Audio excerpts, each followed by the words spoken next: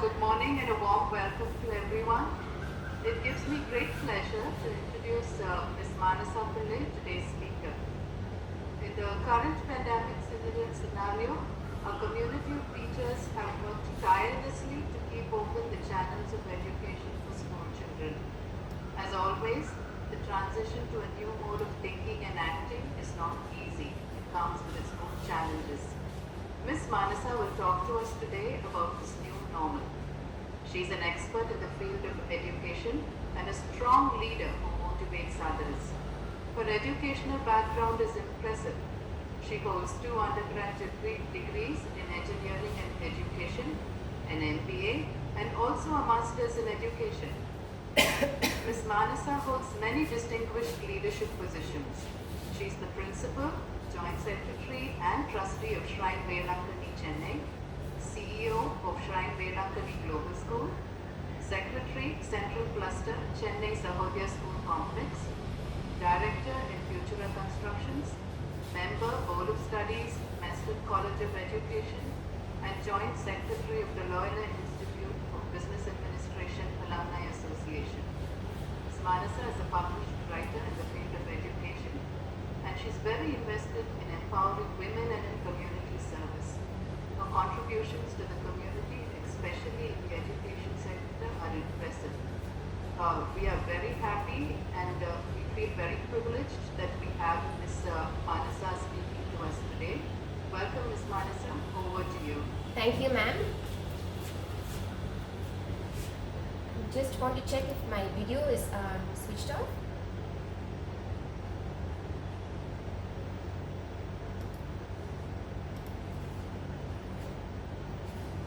Yes. Am I audible? Yes, ma'am. You're audible now. Yes, ma'am. Okay, thank you. All right. Happy Friday. Friday usually is one of the most favorite days for me because thank God it's Friday. A weekend is coming up, and usually most of our Fridays are fantastic Fridays.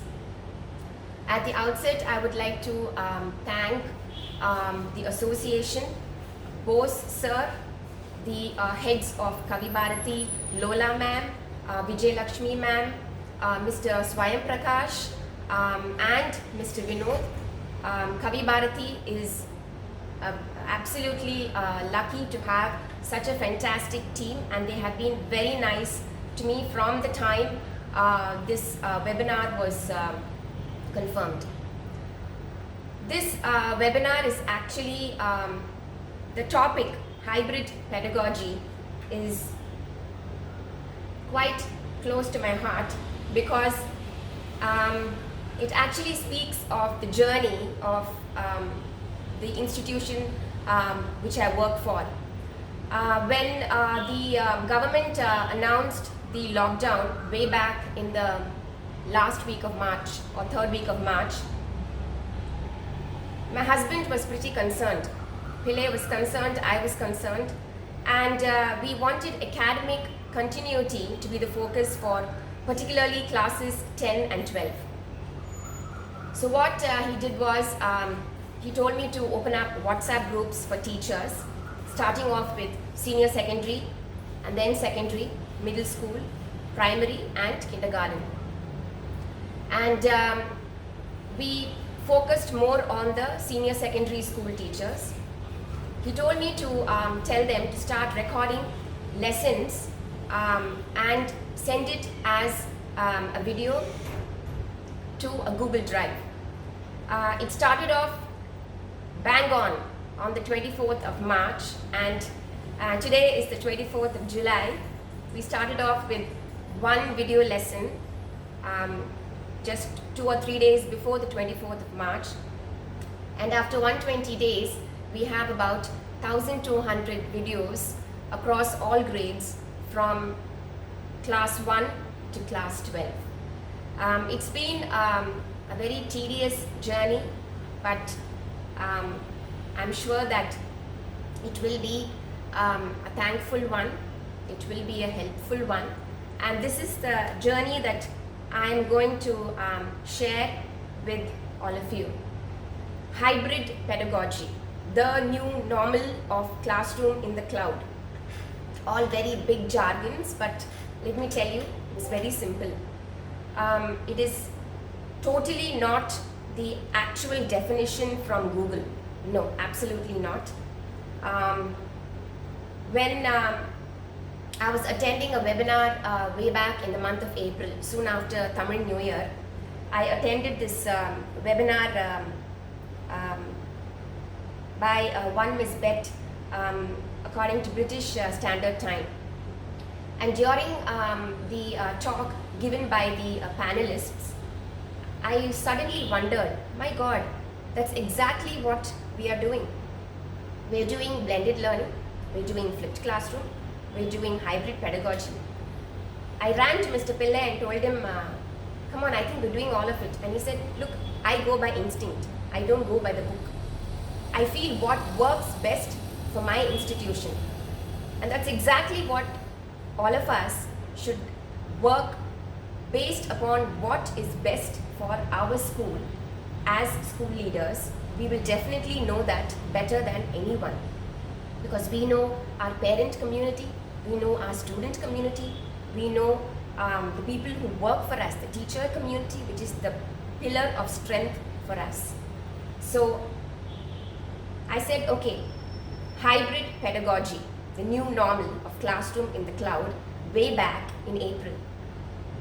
We are 120 days from the time we went on lockdown, or 120 days through this pandemic crisis, and I don't think it is any longer the new normal. I think it's going to be the next normal, because our brains are networked in such a way that when we do a process on repeat mode again and again and again and again, it becomes a habit. We have been washing our hands all the time. We've been sanitizing all that we touch. It is no longer the new normal. I think it is the next normal. So with that point, I'm going to begin the first slide of my 72 slides. I will finish it in less than 72 minutes. I'll assure you that. Right, so here we are. Hybrid pedagogy, the new normal of classroom in the cloud. The new normal? I don't think so. I think it is the next normal. What is hybrid pedagogy? Why do we need hybrid pedagogy? How do we implement hybrid pedagogy? It is a beautiful piece of mechanical innovation. It is a hybrid car.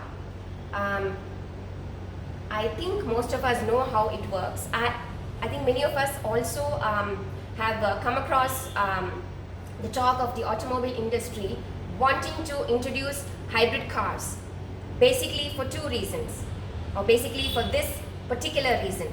See, the hybrid car works on two important aspects. One is the gas, which is either petrol or diesel, and the other is the battery. The battery is your saving grace, provided you charge your battery. So if you run out of gas, you have to ensure that your battery is charged for you to keep moving. Your live session is your fuel, your diesel or your petrol, and your battery is your backup, which is your asynchronous videos. So we'll keep this in mind. The fuel is your live session, the battery is your asynchronous videos. Now this is the timeline that we went through. We started off with various kind of platforms. Zoom, we have tried Google Meet, we have tried Microsoft Teams, Google Classrooms for uploading assignments, downloading submissions, but our asynchronous video lessons, and these asynchronous videos are not the recorded sessions of either Zoom or Google Meet or Microsoft Teams. It is not the recorded session of live sessions. It is asynchronous videos which have been recorded much ahead of time. So we started off with that from 24th of March, and as we proceeded, we came up with one of our learning management systems, which of course includes blended learning, flipped classroom model, and that is the combination. The blended learning plus your flipped classroom model is your hybrid pedagogy. Of course, the asynchronous videos or the offline videos have been continuing from 24th of March till date. We're aware that blended meaning you're blending one with another. Blended learning seems to be the jargon that everybody is using nowadays.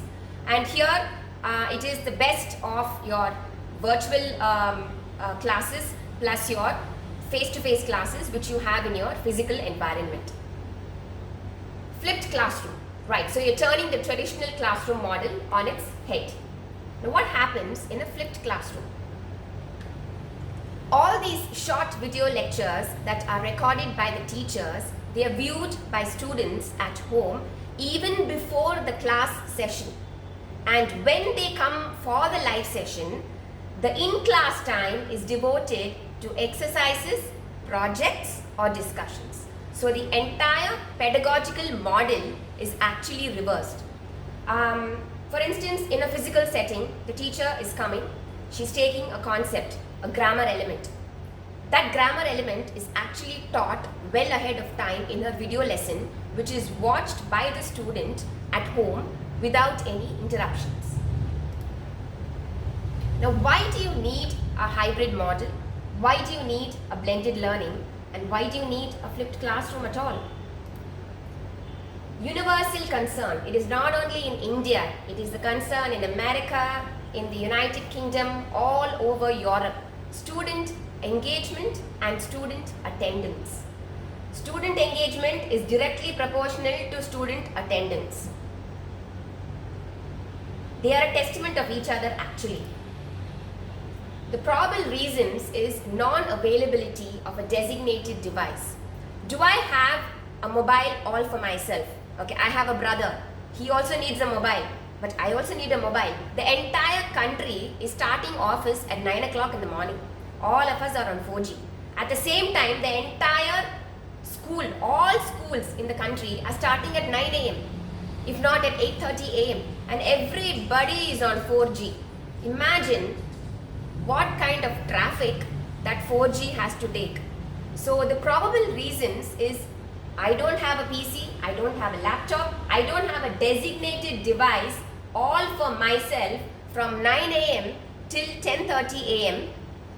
as per the MHRD guidelines for a particular class, or I don't have from 9 a.m. till 12 o'clock if I am a senior secondary student. If there are siblings, it's going to be worse. Parents are working from home, father has a laptop, mother has a laptop, lack of additional devices if they have 2 children at home. Poor data connectivity. Penny wise, pound foolish. I have seen so many people, even if they can afford a broadband connection, they go for a prepaid plan in their 4G. The data gets exhausted on a single day. When you go for a broadband connection, you will get almost 75 GB for a 699 plan, which is a high-end plan.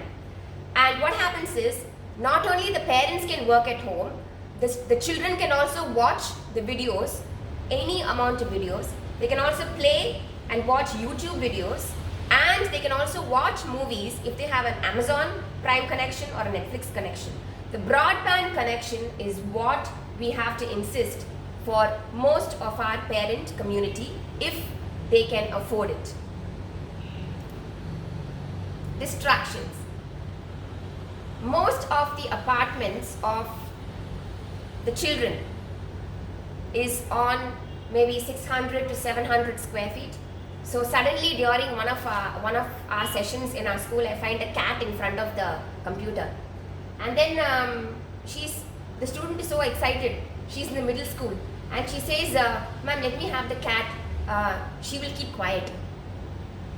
So you see the kind of distractions that, and then we have suddenly there was one student in the school who said that they were a class of 20 students, and there was a cooker whistling, And then suddenly the student asks in the middle of the session, what is that sound? And then that student says, mutton biryani pa veetla.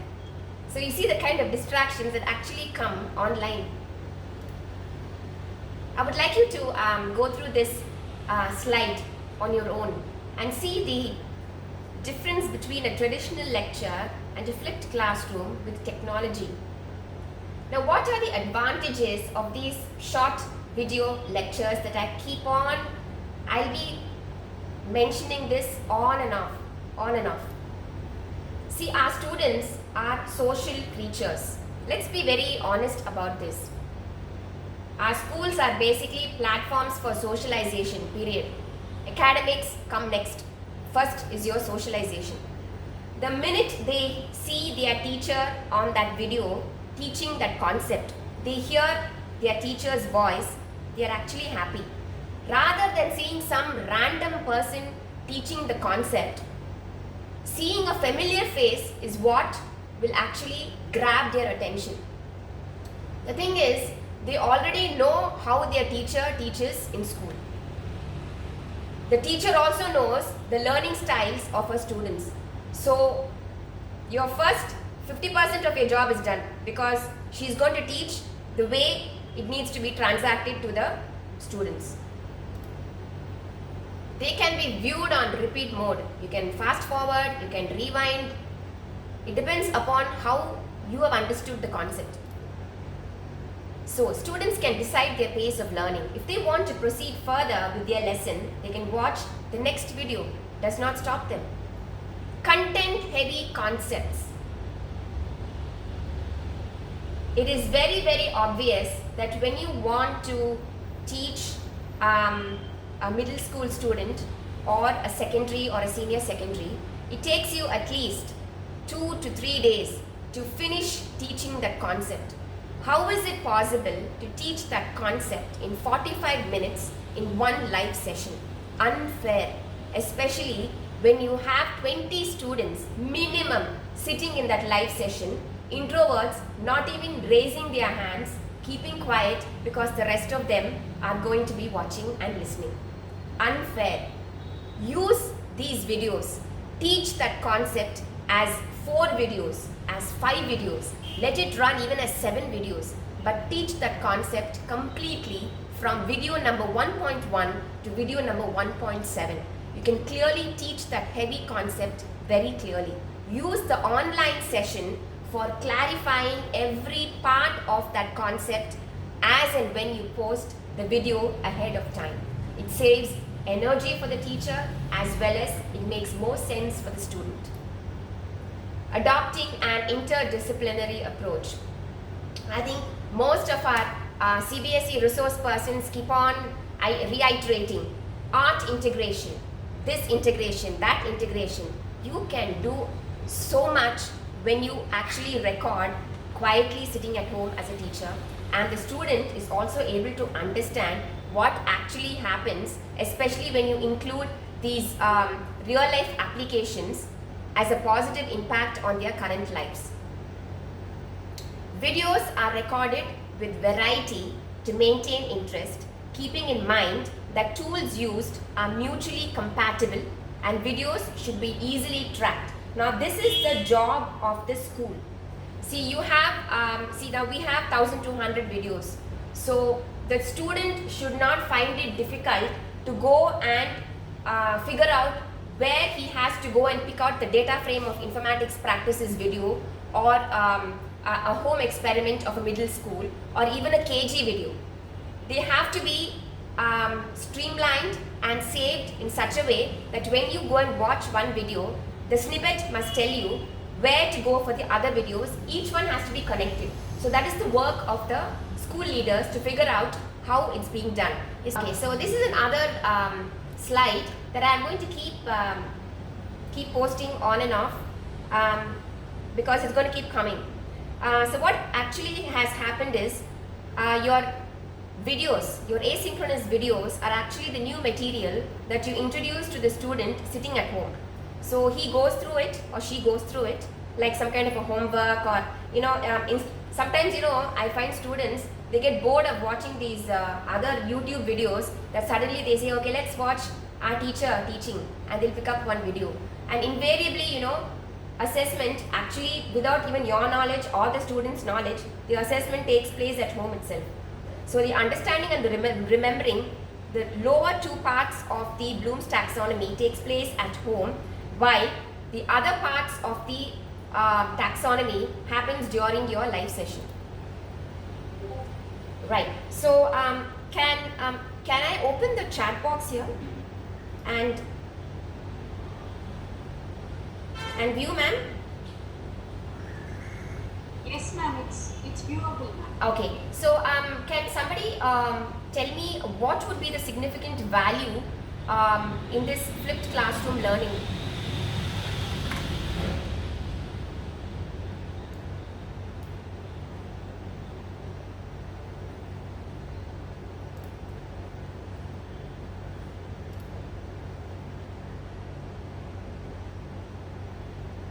Student autonomy, fantastic. Time factor, pure learning, yes, yes.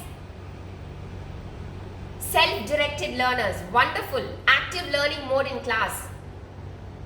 Children can learn at their pace. Discussion will be benefiting. Fantastic. Active learning mode, self-learning. Good discussion, sharing of ideas. Yes, yes, exactly.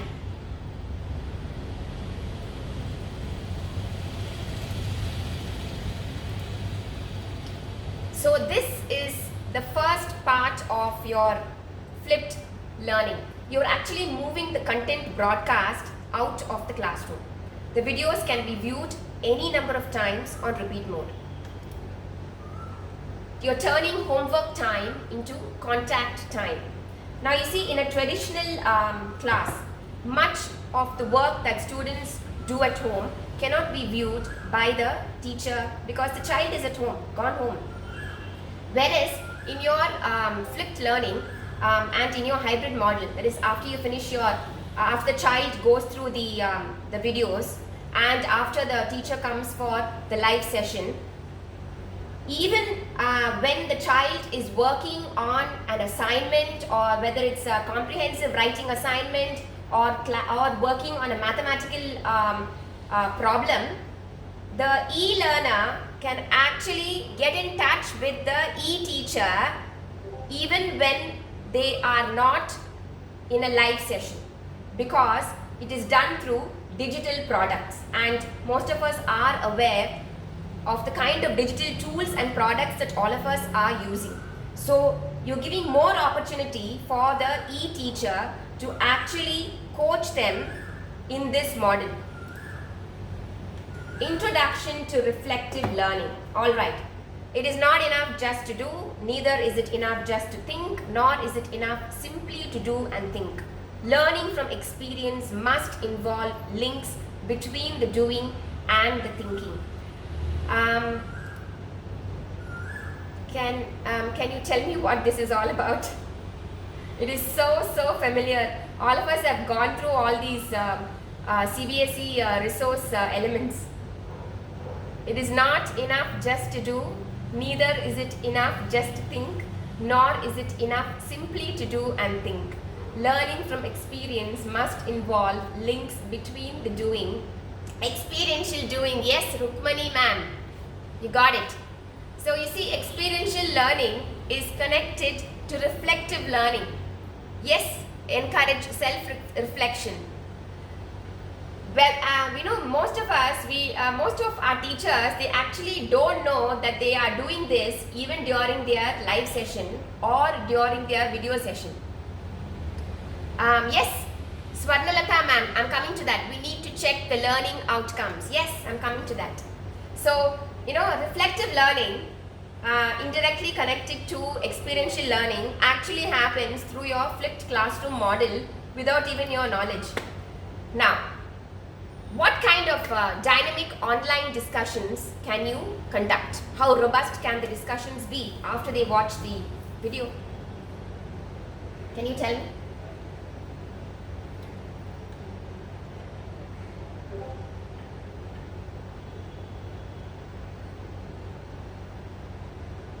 So they have watched a video class, say on a grammar element or even an art and craft activity, and then they come online. Quizzes can be conducted. Yes, Sudha Ramesh ma'am. Activities to check their understanding. Yes. Can you repeat the question, ma'am? Yes. Now, they have watched the video. After watching the video, when they come online, what kind of robust discussions can you have online? Application oriented, debate, yes. Group discussions, yes. Higher order, HOTS, yes. Higher order thinking skills, brainstorming sessions, higher order questioning. Fantastic. Clearing their doubts, yes. Quiz. Got it. So I think all of us are on the right track. You see, we can promote abstract thinking when they come online after they watch the video lesson. Because as it is right now, we find a lot of students who have actually gone through hardships because of the pandemic. So what happens is, when they first come online, one thing is they would not have taken a shower. Second, they would not have eaten. So the first thing that we do when they come is to first of all make sure that academics take a back seat. So we first talk about what they have eaten, what they have drunk in the morning, and then what happens is slowly their energy comes, and then they get on to the live session with some sort of mindset. And when you bring in real life experiences, when you talk about concrete examples which are connected even to the COVID-19, you will actually be promoting abstract thinking irrespective of whether it is a mathematical problem or a data frame in informatics practices or a Python in computer science. Yes, rapid fire questions. The way to present their answers, sharing their learning with their peer group. I am reading your chat. Next is, you can highlight just the key concepts on your first online discussion. After they watch video number 2.1, which is the starting of the concept, you cannot start off with them working on problems. Like I was watching this session in mathematics. They were taking mixed fractions, basically fractions. So they started off with mixed fractions. This is for class 8, and in the first session they made the students convert mixed fractions to improper fractions. Now this school does not have any backup of videos. Okay, this is a live session. In the second session, the teacher is giving a variable. It's either A, B or C, and she's asking the students to find out that variable. I'll give you an example. In the first session it was 1 by 2 plus 1 by 2 is equal to 1 4 by 5. So they convert all the mixed fractions to improper fractions and they find out the answer. In the second session she's giving 1 C by A is equal plus 1 2 by 3 is equal to 5. It is quite unfair because the child first of all has to understand algebraic expressions to know which to move to the right, how it is supposed to move from left hand side to right hand side. As it is converting improper fractions to mixed fractions to improper fractions itself is difficult. Imagine finding out that variable, that constant. Not even variable, constant, either A, B or C. And you don't have backup of videos. Now if you had those videos and you would explain in 4 or 5 videos, first how to convert mixed fractions to improper fractions, then talk about moving A, B or C from left to right, and then you come and give these problems online, the child will be able to, I tell you, these students, they get, they'll only experience anger when they leave the session and come out. I have heard parents saying, my child came out in tears. It is unfair. If you can explain even in 10 live sessions those basic key concepts and then proceed, it would be a saving grace. And that saving grace, that battery is your live session in your flipped classroom learning. So let me take you through this.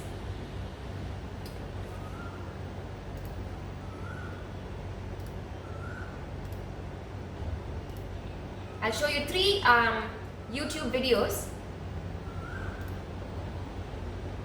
and if you can hear carefully what the teacher is saying in those YouTube videos.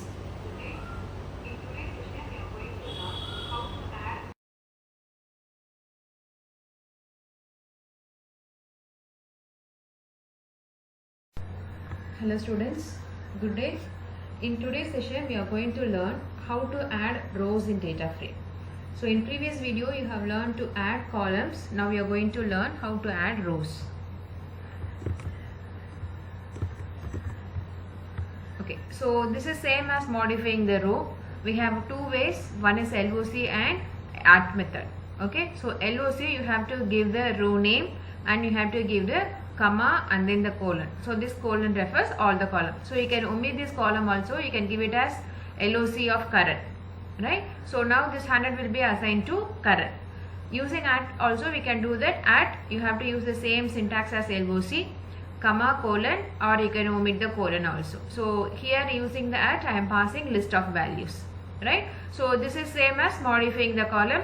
The same rule applies as column. So if the row is already there, then the values will be modified. If the row is not there, then new row will be created, right? So we have one more method called append method.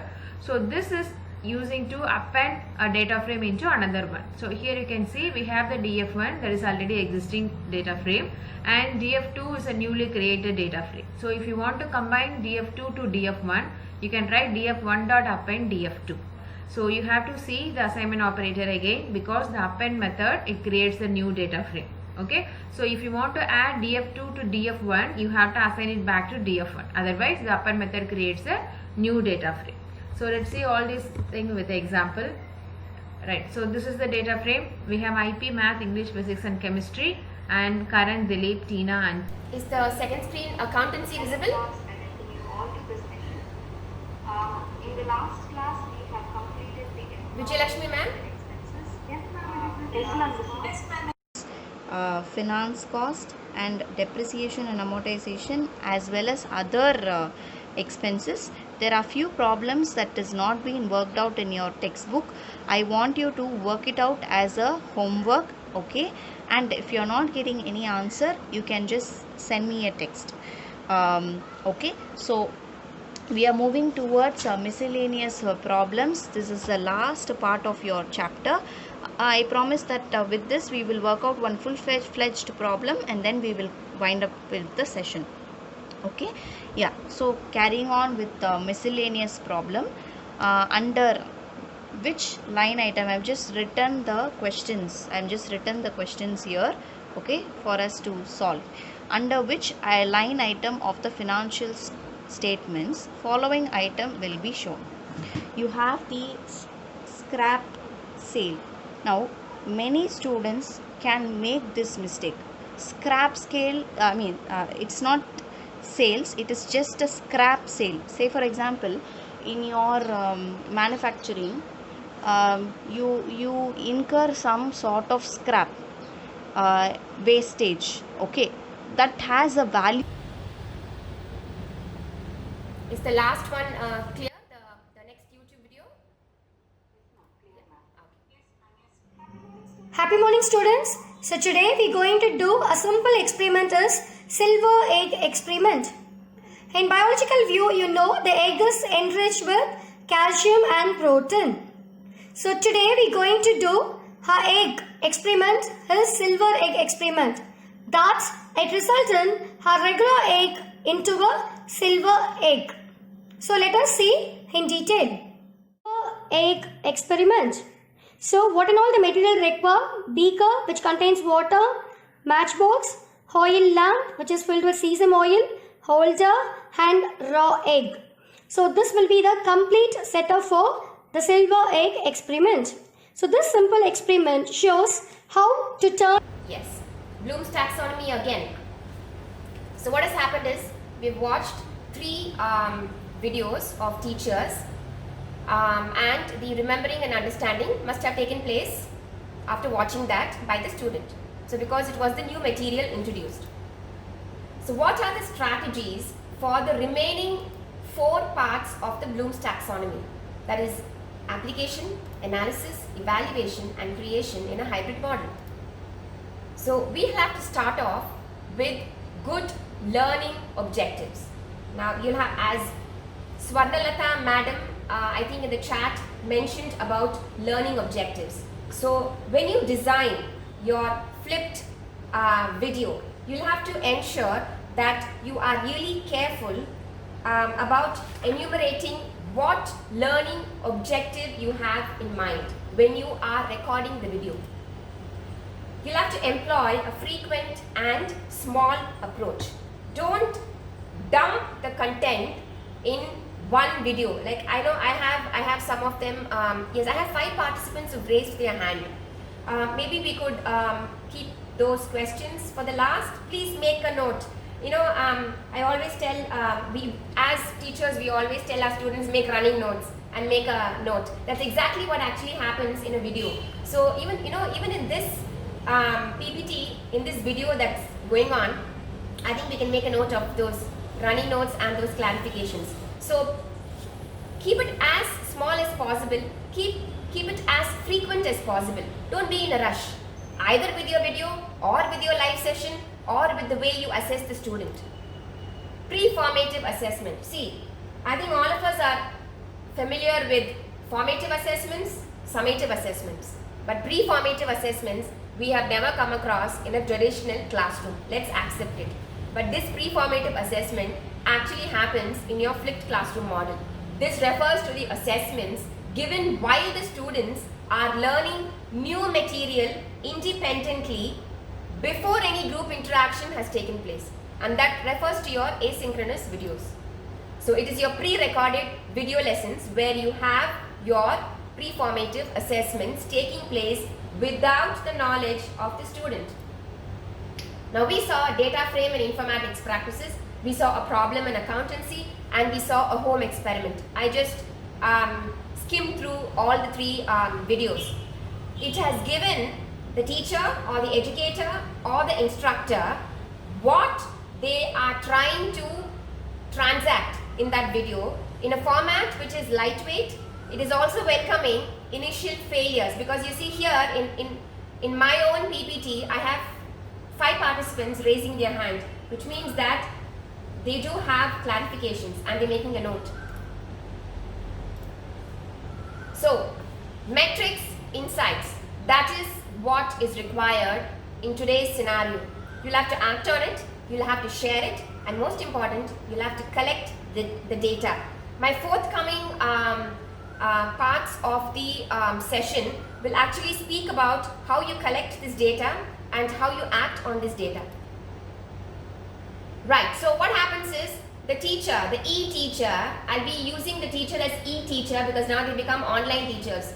So the e-teacher becomes a resident data scientist sitting in his or her house rather than class.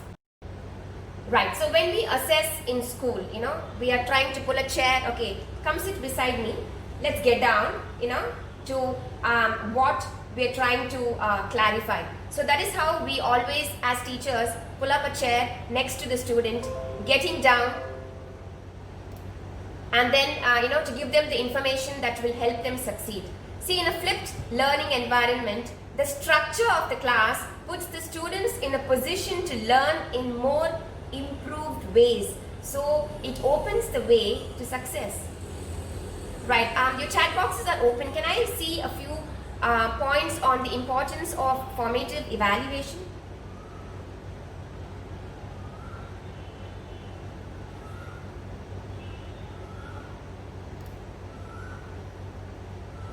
What essentially is the difference between objective and outcome, and what should teachers focus on checking understanding? Divya ma'am, I would like you to keep that point.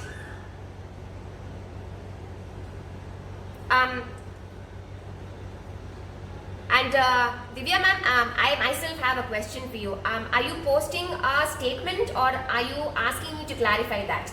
That's also the other thing, whether it's an answer. Yes, it helps to assess the progress, testing immediate understanding. Yes, Bharati ma'am. To know where we stand as teachers. Sukanya ma'am, yes. Divya ma'am, posting a question. Alright, difference between objective and the outcome. Okay. Can I say that objective and outcome are interrelated? Yes or no? Continuous fragmented analysis. I will clarify it in this point itself. Yes, there is a correlation between objective and outcome. Yes, it is connected. Okay. Whether objectives are fulfilled. Yes.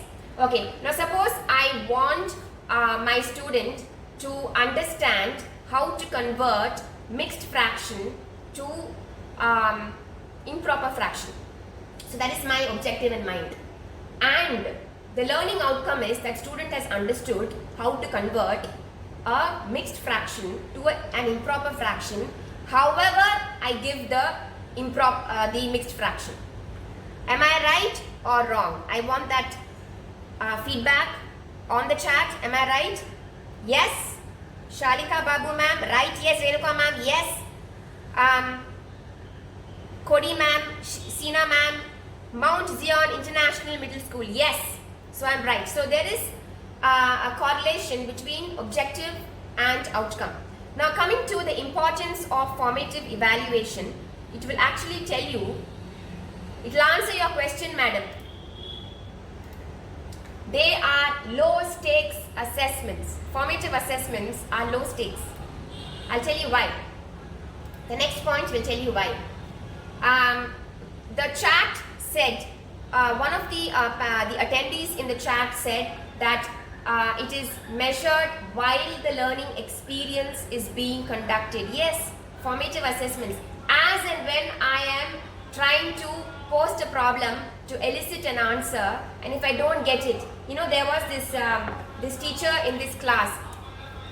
What she said was, after she finished the session, she said, okay students, if you have understood, you will post a number between 0 and 1. 0 and 5. And if you have not understood, you will post a number between 6 and 10.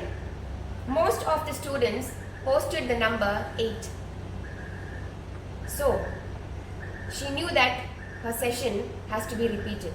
She knew that the students didn't understand anything. See, but at least she was able to figure out that none of the students understood, right? Summative, yes, end of course evaluations, all of us are aware of it. But these formative assessments, they offer unique opportunities to gauge real-time performance, to provide immediate feedback and make on-the-fly adjustments to the lesson plan.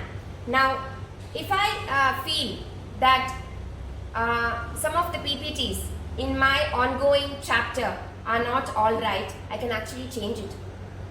Yes? No? During the session? Agreed? Objectives, teacher-centric, yes. To check whether objectives are fulfilled, yes. Your immediate feedback will tell me whether I taught that concept correctly or not. And you see, the e-teacher reflects in that action right at that point of time. So, you can figure out whether your objective is directly proportional to your outcome in that particular session itself. And for that, your teachers have to be reflective practitioners. Designing formative assessments. Alright, so here is something that we have to be quite clever. More than being clever, we have to be sensible. Common sense is very uncommon these days. So if we actually use a bit of our common sense, your formative assessment designs will be a success, otherwise it will be a disaster. Will the assessment be worth grades or not? Do you want to put in grades or not? You decide. How long will the assessment take? Is it going to be for 30 minutes, 15 minutes? Even if it is 1 minute, it has to give a big picture.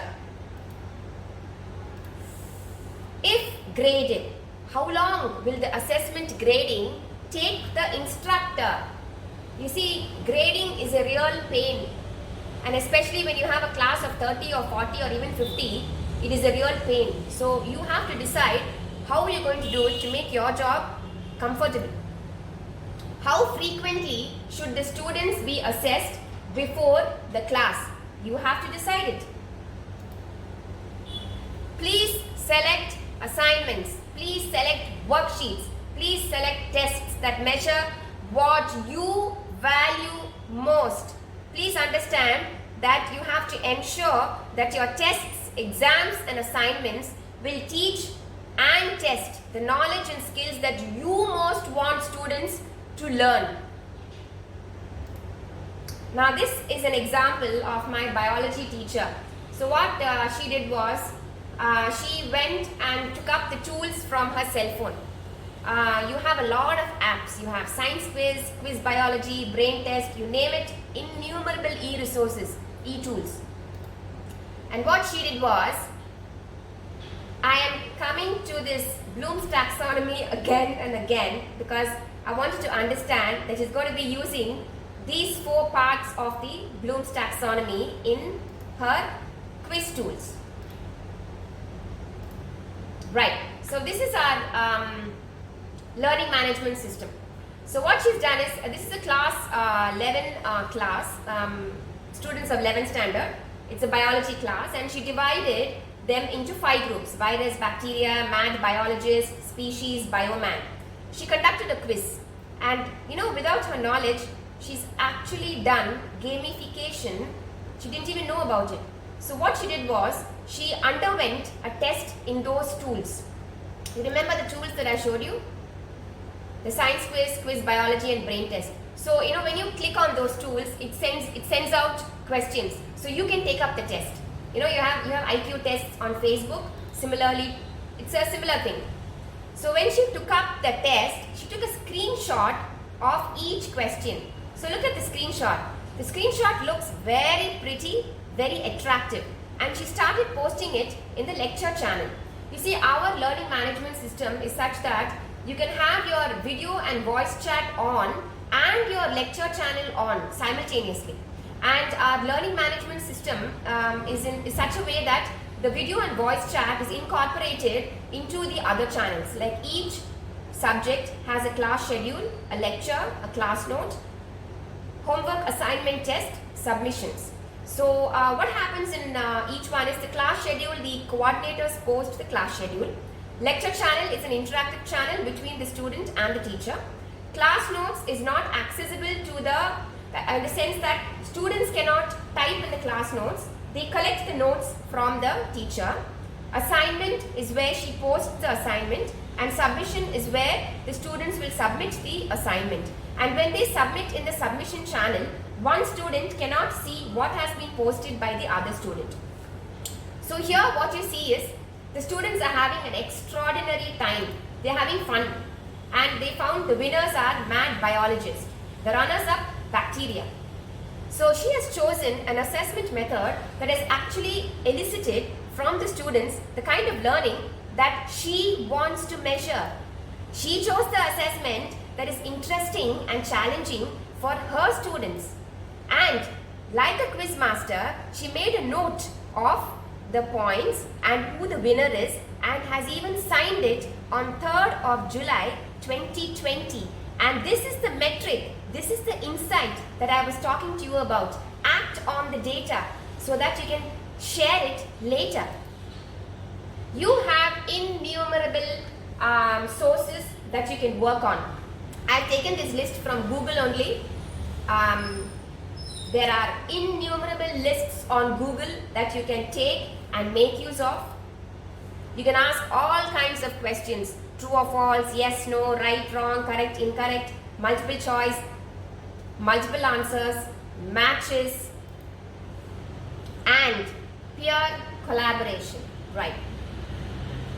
let me tell you about peer collaboration. You see, all of us are very excited about us going on this digital transformation overnight.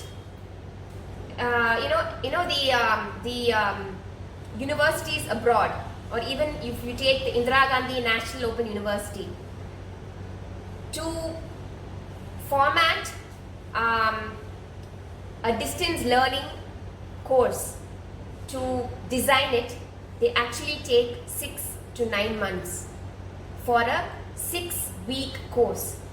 Look what you and I have done. We have gone on remote learning overnight. Imagine the kind of planning that we must have done. No, I'm not making fun of it. It's commendable. We have gone on an emergency remote learning overnight. And let's not also rush through everything by using all the jargons simultaneously. Let us use it wherever it is to be used, like peer collaboration.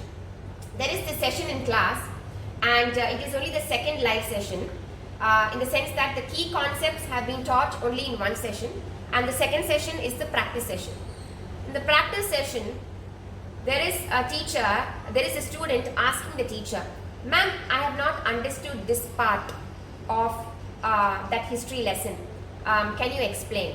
And she tells, "Kirti, why don't you explain?" Kirti is also dumbfounded. So you see, you are excited to use peer collaboration, but you cannot use peer collaboration just because people tell you to use it. You have to figure out when to use it and how to use it. And I'll tell you something, peer collaboration needs enormous planning. Without planning, you'll make a mess of it. Look at this peer collaboration. This is a 12th standard classroom, and we started 12th syllabus way back in the month of March. So this one is I think 2 or 3 weeks ago. So what the teacher has done in physics is, she said today peer activity will be, and she's told this in advance, Ashik Balasrinivas, Aditya Henkeshav, Govind, Prajuman. And Kirti and Yuvraj will do a topic on solenoid and toroid. Prajuman and Govind will do a topic on Ampere circuital law. So students will be prepared. Yes, Colonel Shekhar, there is a digital embedded variant of Bloom's taxonomy that may be more useful. Yes, I'm coming to that. So, peer collaboration. This is what she has done. She has decided to allow the students to take up that topic. And this is an example of a peer collaboration in business studies.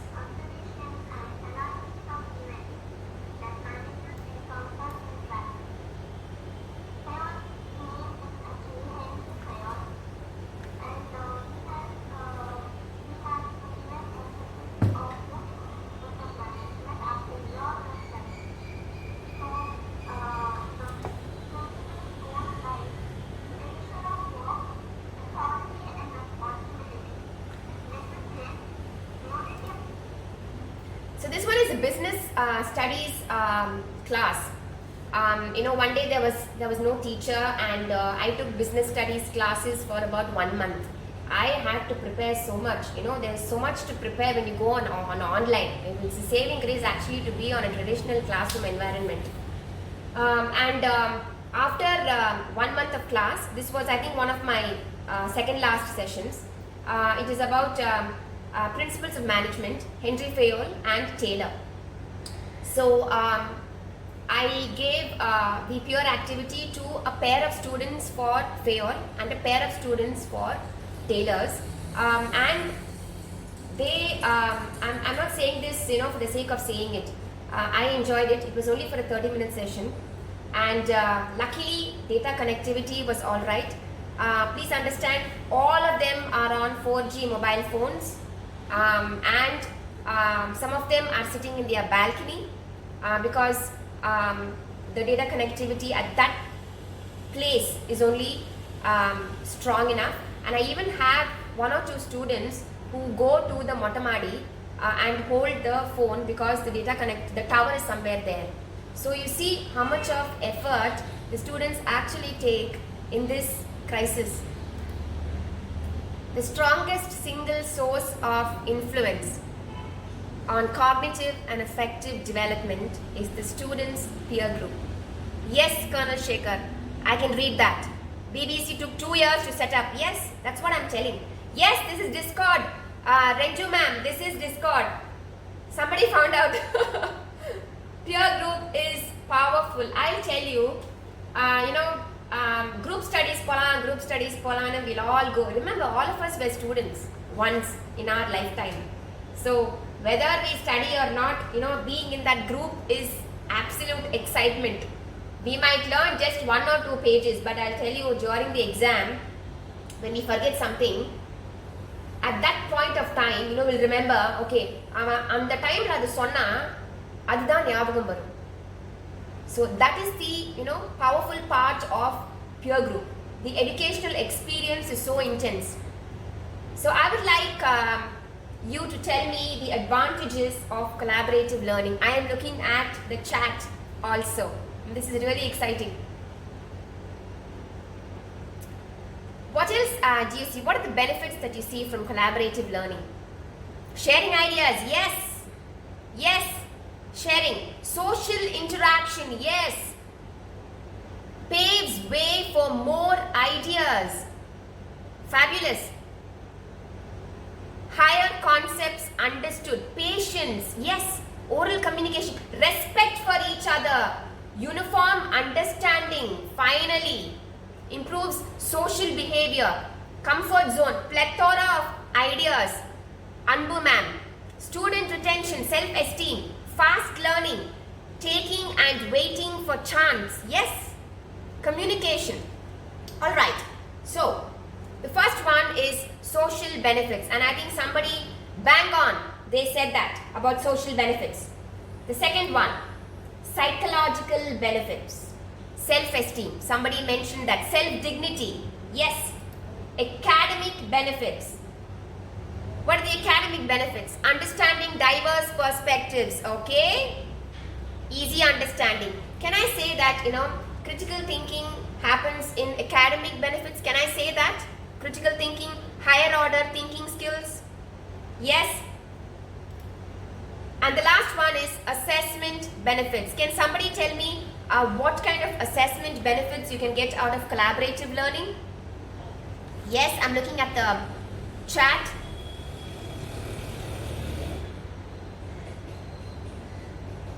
Right. Helping tendency, brainstorming, peer assessment, yes. You see, there is a greater variety because, the work is spread over many learners in collaborative learning. So the assessment benefits are a lot or kind of spread over. There are multiple learning styles that you actually watch when the peers are in discussion. So that is how you actually get your assessment benefits. Now, ground rules for collaborative learning. Everybody can do collaborative learning, everybody can do peer collaboration. Can you give me ground rules? What are the ground rules?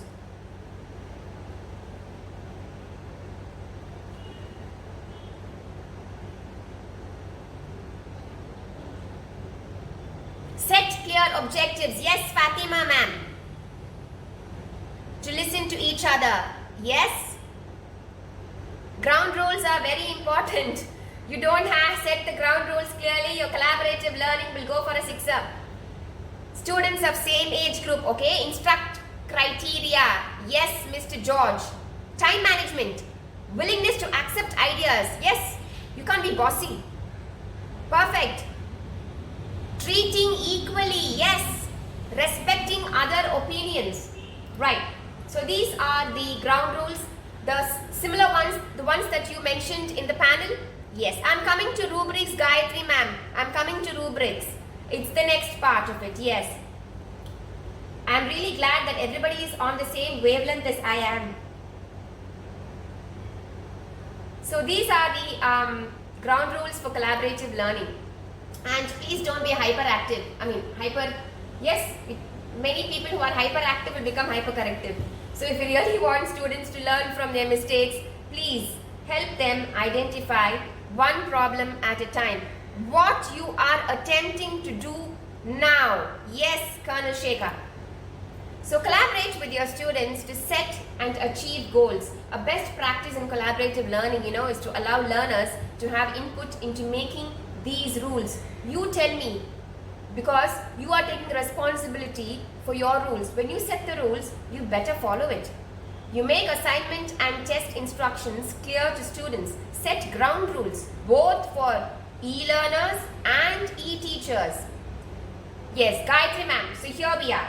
We have to create an online rubric. Right. I just wish this was, a seminar where I can actually hear others tell me, because everybody is very, very interactive and seem to be knowing what is coming next in the webinar. So I just wish it was like that, but anyway. This is a sample holistic participation rubric that I pulled out from the internet. Okay, it's right there. You just have to type a sample holistic participation rubric and you'll get this. And I've just taken samples, 1 or 2 samples only from Google, because your teachers have to formulate this. Now this is a rubric that was formulated, designed by my geography teacher of class 6. The topic is Earth in the solar system. Look how beautifully she has done it. She has given a scale of 5, and the essential elements are very specific because she has decided the criteria. In a rubric you have to decide the criteria. You have to decide the levels of achievement. If you look at this point, learner aligned and named the planets in the solar system, which includes more than 2 errors. She is absolutely specific, and she leaves space, in the last column, for additional tailored comments or overall impressions and a final grade. I'll tell you something about this, this teacher of mine. Actually, she's a French teacher. I didn't even know that one of her qualifications is a BSc Geography or an MSc Geography, I think. But, some of us, we like to, we usually amongst Indians, we'll study one thing and do something else only. But luckily here it's fallen in place, She's been teaching French all along. And then when this pandemic started, when the lockdown started, suddenly she WhatsApped me and said, "Ma'am, can I take geography class?" I said, "You send me a sample of your video first. Let me see how you are teaching." The first video, bang on. She just impressed me like crazy. And I said, "You are the teacher for geography for classes 6, 7 and 8. And I'll tell you, I have not seen anybody take geography so interestingly. I hated geography in my school years. But looking at her classes, I have learned, a thing or two from her class. Right. Last part of my webinar is the summary.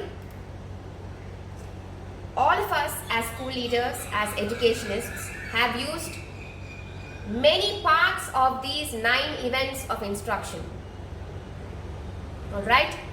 And we don't have to use all the 9 events of this person's, but we would have used something of this 9, definitely for sure. And please understand that forecast, it is not going to work anymore. Forecast will not work. We have been disrupted left, right, center. So this forecast is not going to work. If you're going to say that, okay, this is going to happen, no, you're on the wrong track. We are in an environment where we have also learned that what you really need to have a handle on is metrics, insights, data, and you have to share that data. Planning. Plan. You have to plan. Failing to plan is planning to fail. Long-term plan. Right now we are in the academic year 2020-2021. Alright, so if it's going to be geography for the entire year, what am I going to teach? And because the calendar is compressed, like let's take up concepts that will fall in these categories: readiness of the student, endurance of the student, leverage, external examination. This has to be the mindset when you are planning anything, because your calendar is now restricted. So you have to figure out, the student is going to move from class 4 to class 5. What is the plan for him to be ready to move from class 4 to class 5? What is the kind of endurance plan that we need? The central idea, the key concepts, what is it that he has to learn? Leverages, external examination. What kind of questions are you going to ask for him to move on from this class to the next class? That has to be the plan, not finishing all the portions like a crash course. No. Midterm plan, quarterly, half-yearly, annual. If you're starting off from June, July, August, September, one term, October, November, December, another term, January, February, March, another term. Figure out what lessons you're going to plan for those 3 terms. Short-term plans, monthly plans. July is gone. August, what is the plan? List off your offline videos, chapters, topics, subtopics, corresponding worksheets, corresponding assignments, corresponding home experiments, question banks. What kind of notes are you going to prepare? Get your tech right. Please, get your platform right. Are you going to use Zoom, Google Meet, WebEx, go to a webinar, Microsoft Teams, whatever tech you use? Please take a survey of your parent community. I need to find out how many of my parents have laptops, how many of them have mobile phones, how many of them have nothing. Please procure that data even before you can freeze on the kind of platform that you want to choose for your students. After all, they are your consumers. Please don't choose a platform to emulate somebody else just because that group of schools are using that particular platform. Okay, let's all of us use it. No, that should not be your strategy at all. Choose what suits your educational institution. Choose what suits you best. Human resource development. Our teachers, I'm talking only about our teachers. I tell you this. This is what I have actually noticed. The teachers between teachers 32 years of age and above, they have shown,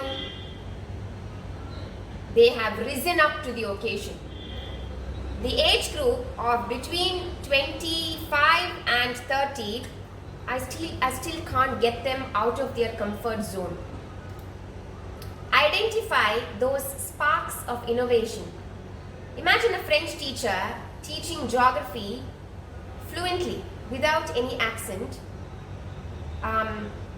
We are not here checking their lesson plans, but we are here to check how they are transacting their knowledge, how it is reaching the student. See, ultimately education is a two-step process. What do you want to teach? What information do you want to give? Has it reached? That's all. That is all you have to figure out. It is so simple to actually say it, but it has to be done in the best way possible. You have to figure out that best way. So look out for those sparks of innovation amongst your personnel. Identify those people who are willing to take up additional roles and responsibilities. Just because this person has been with me for 25 years, she will head this department and I will listen to whatever she's saying. No, there is somebody down the line, down the hierarchy, flatten the hierarchy. Decisions will be taken faster. Please don't have it still like this. School owner, principal, vice principal, additional vice principals, program coordinators, senior teachers, primary teachers. By the time these people can get an approval from the top, finished. Decide whether you want to thrive in this environment, survive, struggle, or perish. That is the honest, that is the truth. Identify personnel who rise up to the occasion. Freemium. Okay, we have heard of premium, but we have not heard of freemium. You see, at this point, all of us, despite, see, usually organizations, normally itself, all organizations are troubled by the government. But the usual slogan is, despite the government, we have been successful. There are many organizations who have been successful. And I'll tell you why. It is that loyalty factor. At this point of time, if you can show a bit of consideration, until you are alive, they will be loyal to you. And that is what is called freemium. It is no longer a premium, it has become freemium. Concluding statements are, what is the whole purpose of education? My chat box is open.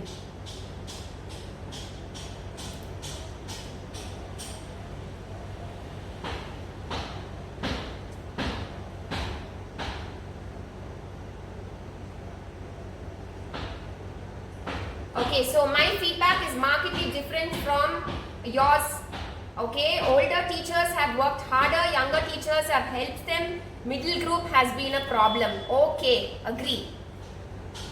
What is the whole purpose of education? Transaction of knowledge, okay. Holistic development of the child, to find himself, to survive with wisdom and knowledge, imparting knowledge, okay. Living morally, getting children ready to face challenges, man-making process, impart knowledge to improve knowledge from known to unknown, okay.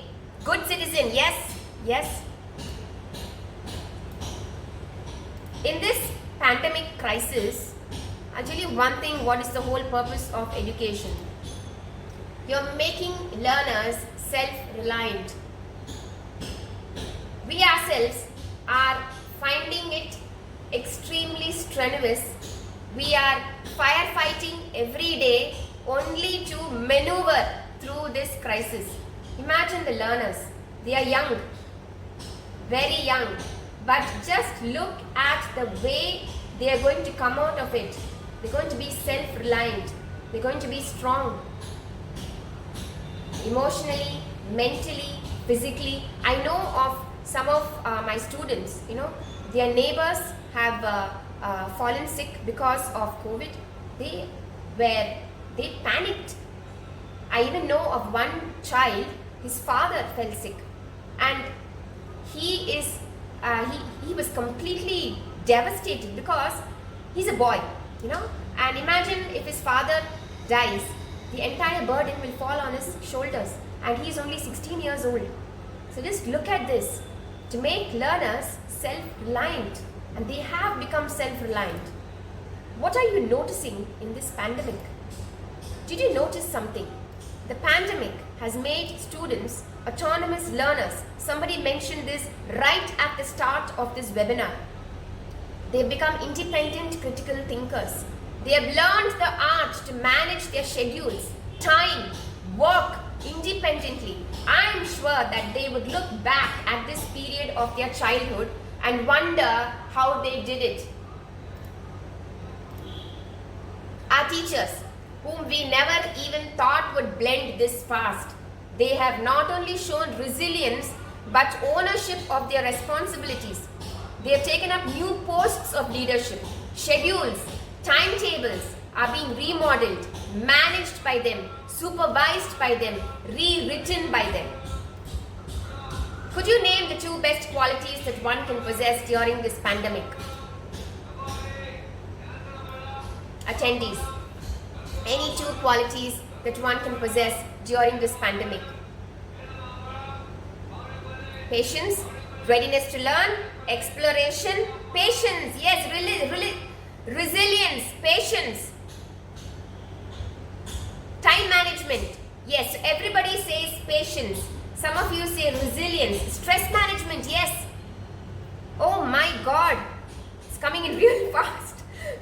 Perseverance, yes. Accommodative. Anger management, okay. Miss Priya Balasubramaniam. Okay, it's optimism and resilience. The best qualities that one can possess during these difficult times, or should I say the new normal? No, it's the next normal. If you possess these two qualities, rest assured this crisis will not go wasted. You will see sparks of innovation, productivity, slow but steady, resilient leaders, hence resilient workers, and discovery of one's effectiveness and efficiency.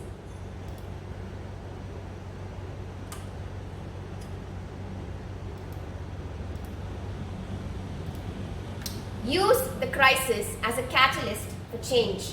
Don't wait for the previous status quo to return.